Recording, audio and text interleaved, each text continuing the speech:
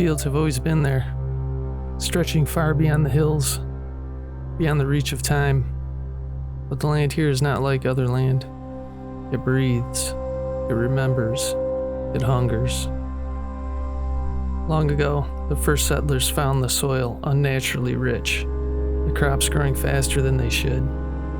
They did not question it, not at first, but the elders knew. They spoke of a covenant, a pact made in whispers and blood, a promise to something beneath the roots. And so, when the harvest moon should rise, but does not, they return. The keepers of the covenant, neither living nor dead, neither men nor gods, hooded figures woven of root and shadow, standing in solemn silence.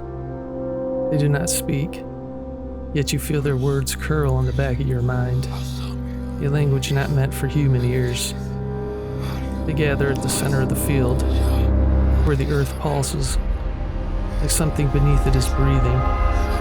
And then, the glow, not fire, not light, an opening, a door into something vast, endless, hungry. You do not belong here, and yet, something draws you near.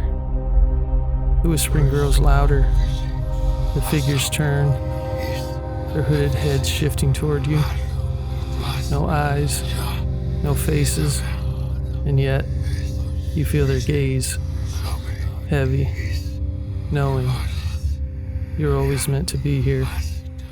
The land does not take, it simply reclaims what was promised long ago.